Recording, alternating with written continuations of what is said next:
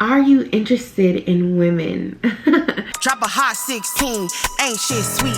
Real bad bitch, they ain't fucking with me. It's a real nigga speaking, stand to your feet. Hey honey, it's your girl Asia J and welcome back to Brown Honey TV. If it's your first time here, make sure you give me a little subscribe below. And if it's not your first time here, welcome back home, honey. Your girl has been on social media for about 4 years now. Really carrying things strong on TikTok for about 3 years now. And I realized that y'all don't know that much about me. I be saying random stuff about myself and people be like, you got siblings? You this, you that? It's time to finally do a Q&A and to get to know me. I asked y'all for some questions on my Instagram, but I feel like before I just jump right into the questions, let me give y'all a little backstory on your girl. So in case you didn't know, my name is Asia. My name is Asia J. That J does not stand for my last name. It actually stands for my middle initial, which is Janika, Asia Janika. I currently reside in Dallas, Texas, but I am born and raised in Flint, Michigan. My entire family still lives in Flint, all of my siblings. My dad, my grandparents, rest their souls, they're living there. I am true to it, not new to it, a Midwest girl through and through. My backstory is a little interesting. I kind of always say like I've had the experience of having and also having not. Growing up, my parents were married. They only had me between one another, but my mom gave me an older brother and my dad gave me an older sister, and another older sister, and now since him and my mama split, a little brother. So you kind of right, I have 5 siblings, 3 sisters and 2 brothers, and honestly the relationship is not that close. I feel like over the years we've all tried to get super intentional about becoming close and building relationships, especially as we go into adulthood, and we really do need that support, but honestly we're all living such different lives and we all have such different dynamics. I feel like due to how we were raised. My eldest brother, he has the same mom as me. His father is not in the picture. I had my father, so that's a different thing. We're also 7 years apart and he's a boy, I'm a girl. My brother grew up Jehovah's Witness and that also kind of put some differences just between us naturally. Now, as far as my sisters, my oldest sister, Brittany, she has her own mother, and my 2 middle sisters, Janet and Shaquia, they share mother. So they have the same mother and father. That's a very interesting dynamic, having the same mom and dad. And what we all have in common with the girls, embrace yourself, all of our moms are deceased. And I told my daddy's latest baby mama, because baby mama number 4, I told her, I said, you know, you better watch out. I mean, he didn't unalive her or nothing. They all happened, you know, naturally. But use the Grim Reaper, because why all your baby mamas, we gonna hold on to her, for real. So I am currently 28 years old and I left Flint at 14 years old. So I'm at a point now where I've lived half my life in Flint and half my life outside of Flint. When I left Flint, I moved to Fayetteville, North Carolina. My mom, I remember one day we were in the doctor's office in January. This is after my parents had split, got back together, and just so many different things. And she looked me in my face, and this was January 2010, and she said, I got a plan, but you can't tell nobody. And at this point, I never ever would have thought that I would leave the state of Michigan, let alone Flint. But her plan was to leave, and she said, we're gonna move, and we're gonna move to North Carolina. I had never been in North Carolina before. She had been in South Carolina, but she chose to move to North Carolina. And I remember one day I got off the school bus, and this was probably in May of 2010, and my mom was sitting in her truck and my dad was standing in the driveway just crying. And I'm like, what is going on? I'm literally just getting off the school bus. And my mom was like, remember the plan I told you? And I'm like, yeah. She's like, okay, well, the plan takes off today. And I'm like, I'm still in school. She's like, you're gonna finish school and then I'm gonna send for you. So I watched my mom have everything packed up and decide to leave, and that she did. And the biggest lesson that I learned from that situation, my mom leaving my dad, is no matter how comfortable, no matter how much you have, no matter how many materials, if a person is not honoring you, you need to walk away from them. And I live by that to this day. After my mom left in May of 2010, it was just me and my dad raising me. he was on unemployment from his job at GM. And I feel like that's another key lesson that I learned in those early 2010s, is that a man is different without money. And unless a man knows who he is outside of money, he has no identity, and he may find himself in other ways, aka women. Ultimately, it was my dad's cheating and just outright disrespect that led to my parents divorcing. And I feel like for me, it's left me with the scares that, how do I know if a man is really going to be ready, really going to be serious? Because you could build such a life with someone. My dad came from nothing, and my mom showed him a whole new life, and he still cheated on her. He still disrespected her. So I feel like it definitely makes me super apprehensive about love, but I did get to witness and see beautiful, beautiful, devoted love for so long. So I feel kind of 50-50 on that. To add insult to injury with that, after my mom left, my dad did take care of me, but ultimately I was just really ready to get out of there. After I graduated from middle school, I told my mom, I said, please, like, mommy, I'm ready to come, I'm ready to come. And ultimately she wound up sending for me in August of 2010. So May to August is how long I was just staying with me and just my dad. And when I got to North Carolina, there was nothing in the apartment but my room. My room was absolutely set up. I had new clothes, I had pajamas, I had knickknacks, I had a decorated room. And my mom was in her room sleeping on the floor. I remember so many nights like, Mom, you can sleep in my bed, you gotta go to work. My mom taught me hard work. She taught me don't depend on nobody, because there is nobody to call. And honestly, I still do carry that hyper independence, and I do hope that one day I'm able to release a little bit of that and able to relax and feel like I do have a trusted and safe network to call on. But as of right now, everybody's just calling me. Ultimately, me and my mom, we had a very interesting relationship. She was a newly divorced woman. She was a woman that never necessarily signed up for motherhood. She didn't really want to be a mom. She got with the man, and of course he said, you're gonna have my baby. So she did. So she was going through many things, and one of the biggest things that I feel like you can do for your own healing is to learn how to look at your parents as a human and a parent. And I couldn't imagine being her age doing the things that she was doing. She was a stepmom to 3 girls. She was a mother to 2. She was a wife. I'm 28 years old now, and I'm happy I'm not doing any of that stuff. So learning how to look at her as an individual really allowed me to gain a lot of healing. Plus, I'm very fortunate that before my mom passed away from breast cancer in August of 2022, she really gave me a lot of healing, a lot of clarity, and I'm able to really navigate this life with a lot more peace compared to if you're not able to have some of those conversations before a person goes. Ultimately, that relationship and all the different changes pushed me to go to college a little early. It was just a summer session, but I had to get out of there on the first thing smoking. I wound up going to the illustrious North Carolina Agricultural and Technical State University, Aggie Pride. I studied supply chain management. Initially, I was just studying management. I was on a management scholarship, but I remember seeing my homeboy, Evan. Evan was away, and I'm like, bro, where have you been? And he's like, I was on a co-op at Johnson & Johnson. I'm like, I want to go on a co-op at Johnson & Johnson. And he's like, what's your major? And I'm like, management. He's like, you're not going to get no opportunities with that. You need to change your major to supply chain. And one quick Google search, I was at the registrar's office, and I wound up graduating with my bachelor's in supply chain in 2019. In undergrad, I did do a co-op, so I did wind up graduating a year later. But ultimately, to be quite honest with you, I was depressed as shit in undergrad. I am just thankful by God's grace and mercy that I made it out of college, especially with a business degree. And ultimately, I do plan on going back to school. But to be honest, I feel like your girl done got a little slow compared to what I used to be when I was a younger whippersnapper. So we gonna work through that. While I was in college, I got super lucky and wound up being able to intern in different companies, so I was able to live in different parts of the United States. My very first internship was at Land O'Lakes, a butter company, so I was in Tulare, California. It was the best fruit of my life. I wanted to be in California so bad. Now you cannot pay me to live in Cali. After Cali, I wind up going to Johnson & Johnson in Skillman, New Jersey. That was super fun, taking a train up to New York.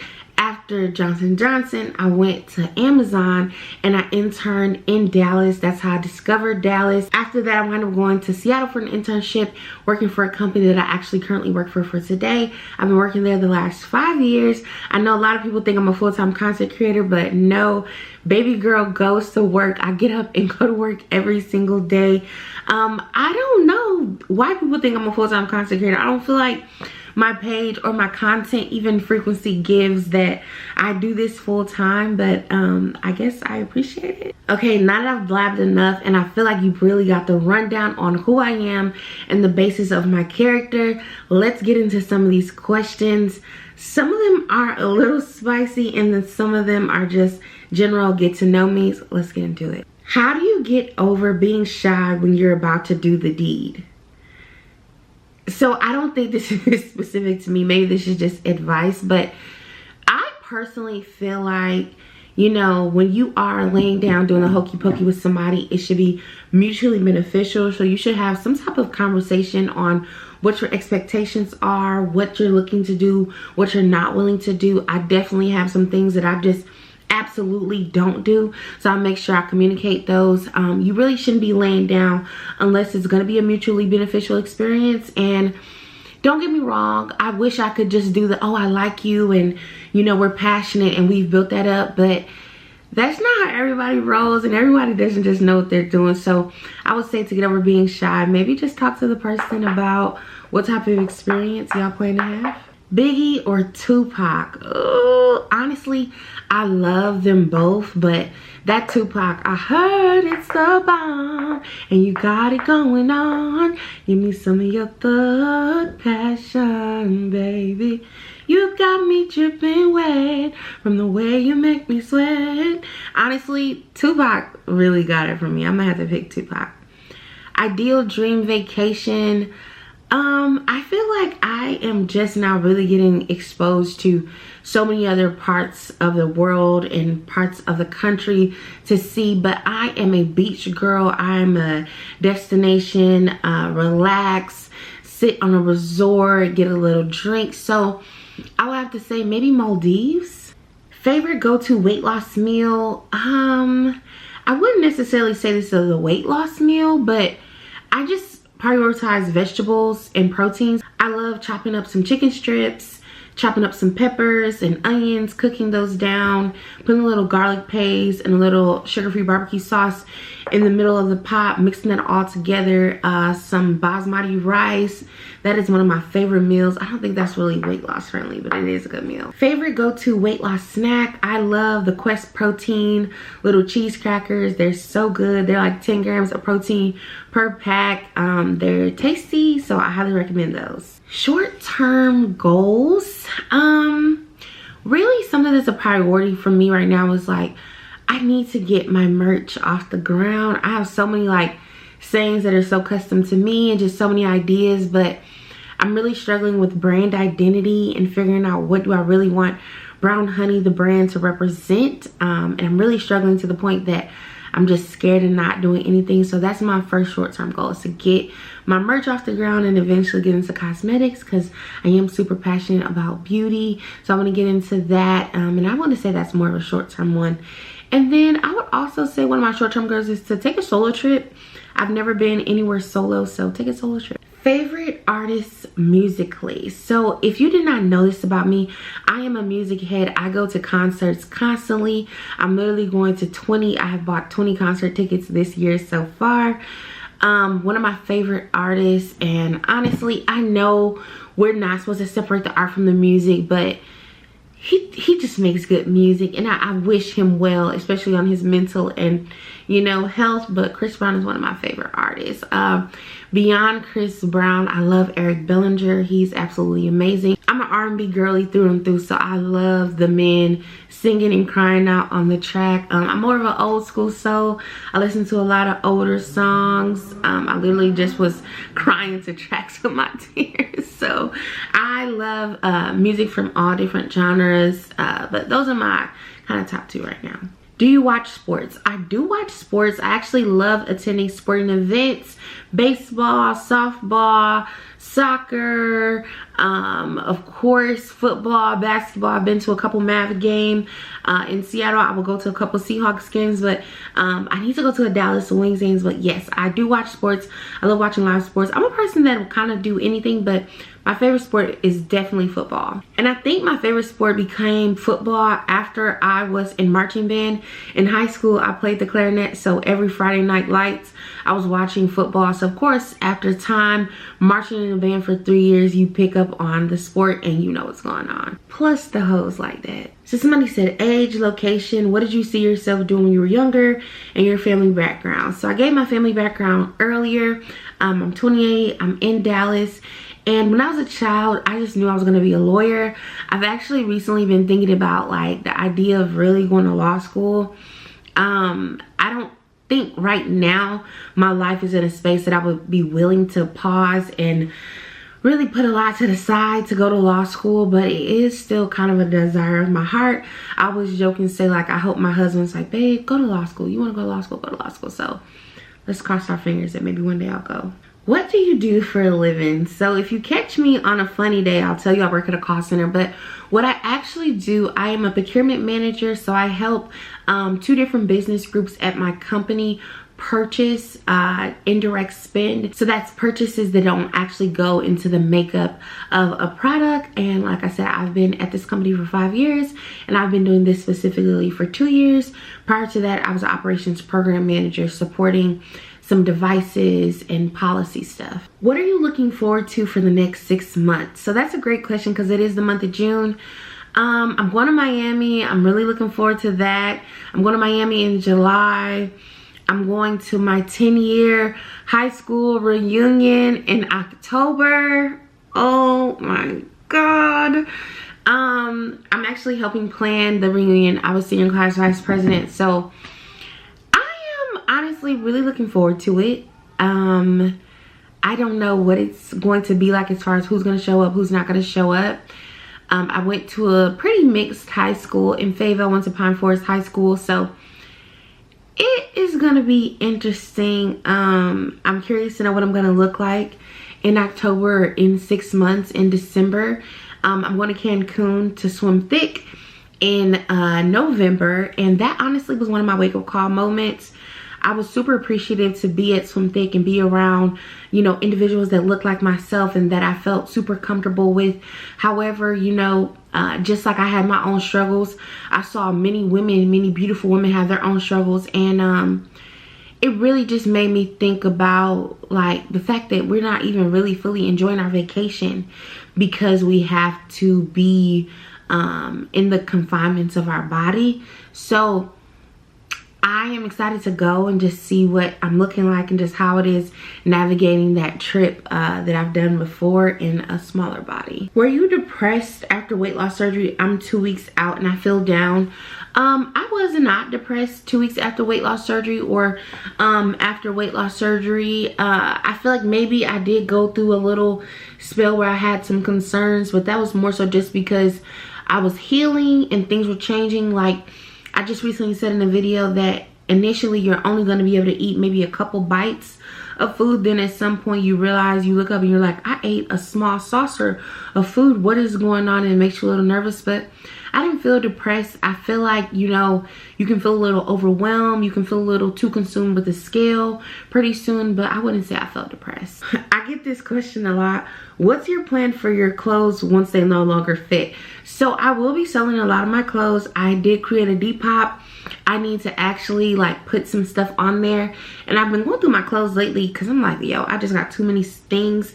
Plus I'm trying to narrow down to see what else I need to buy for Miami, or can I shop for my closet, because I be buying stuff just because I remember growing up not being able to have cute new clothes for events and occasions. So now it's like I just will buy stuff and buy stuff.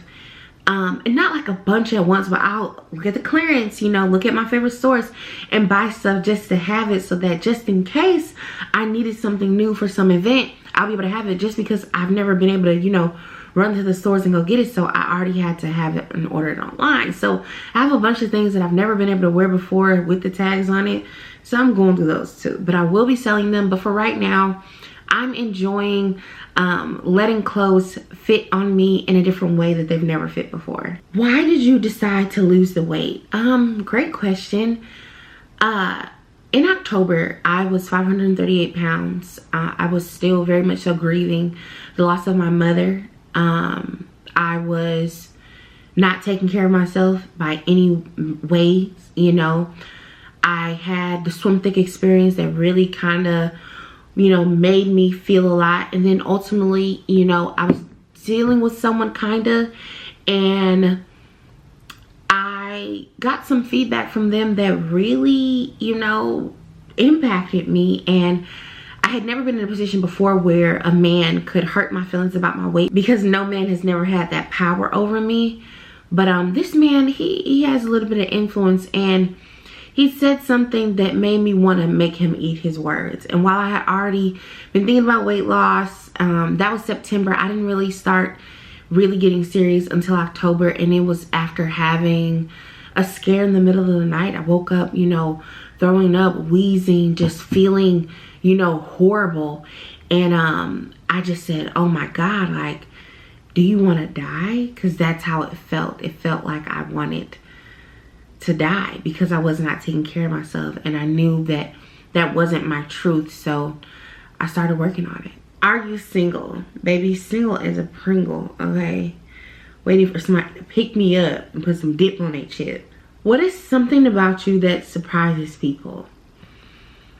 I don't know. I feel like I would have to kind of ask somebody. I don't know. I mean, people don't really know that much about me, so they're surprised when I say I have siblings.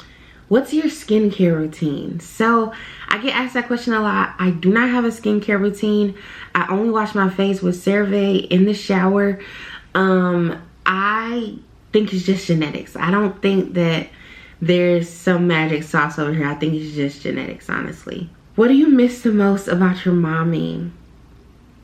My mom was my best friend. I could tell her anything. She was super encouraging, so supportive. And she was one of those moms that she did not want to be my little friend.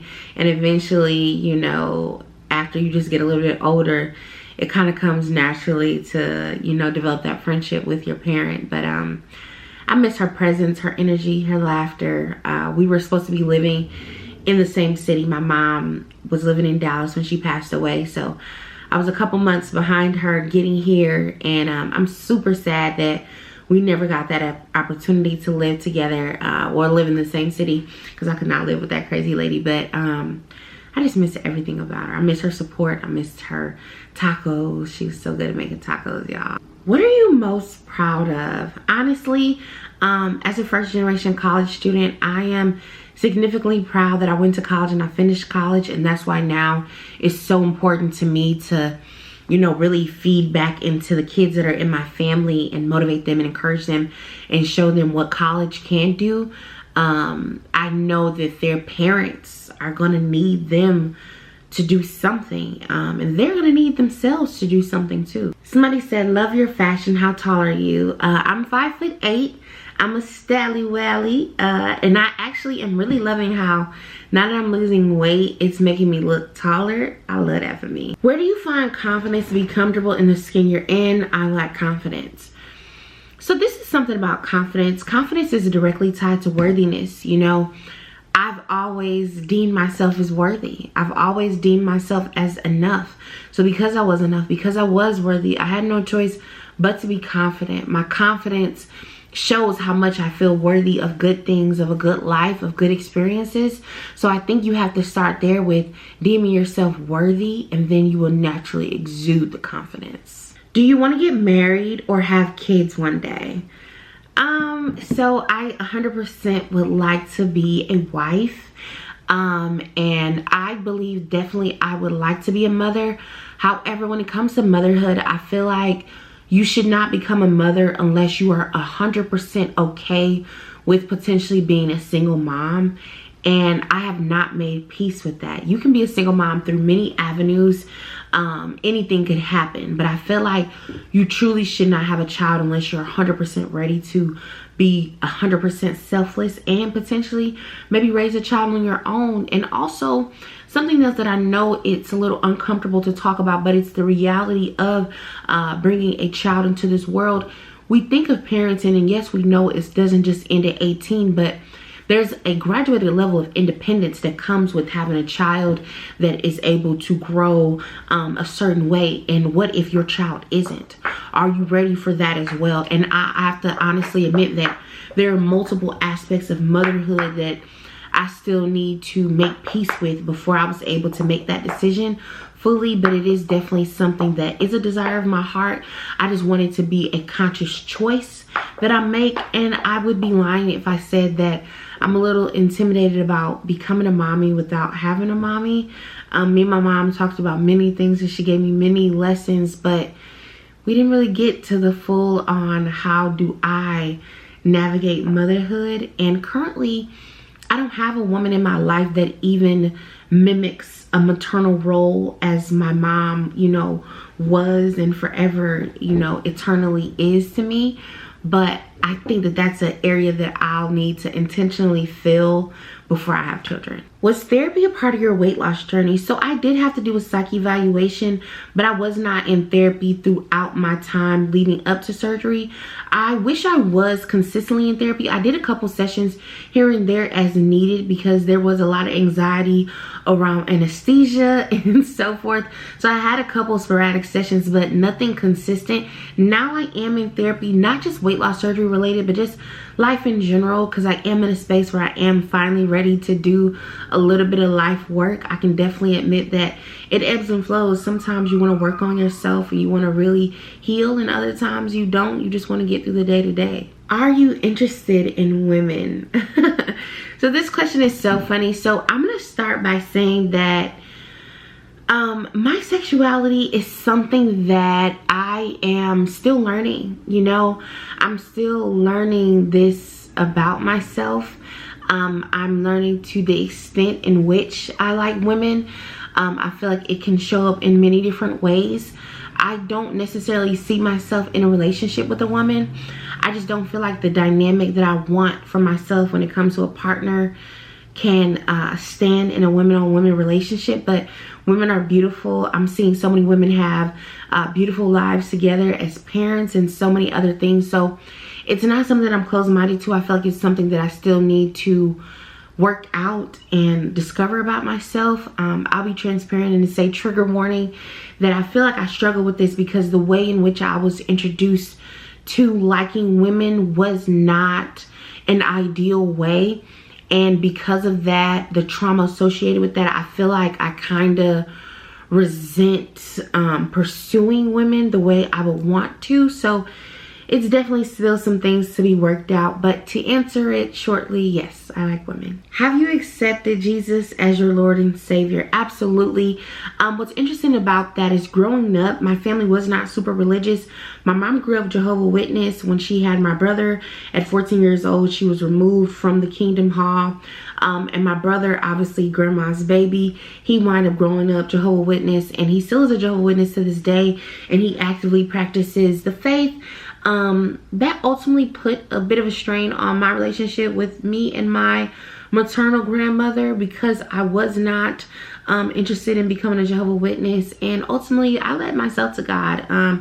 My relationship with God happened very organic. I remember being in elementary saying I wanted to go to church, and luckily for me, one of my uncle's girlfriends, her mom, went to a church consistently, and she took me, and I was able to do really cool things as a young member of that church. I remember participating in flag twirling and all different type of things and wearing pretty dresses and stuff. So my relationship with God is truly my own and something I'm extremely grateful for. And I'll shout to the mountaintops that I know I'm only here by His grace, not by mine at all. Favorite go-to sitcom? Now, I don't know, is this considered a sitcom? It's animation, but I love watching Family Guy, Futurama, American Dad, all of those. I could watch those endlessly. I've probably watched each of those shows, whole season, whole catalog, multiple times. Who was your biggest inspiration? When I say this, I don't want to sound like a bitch, but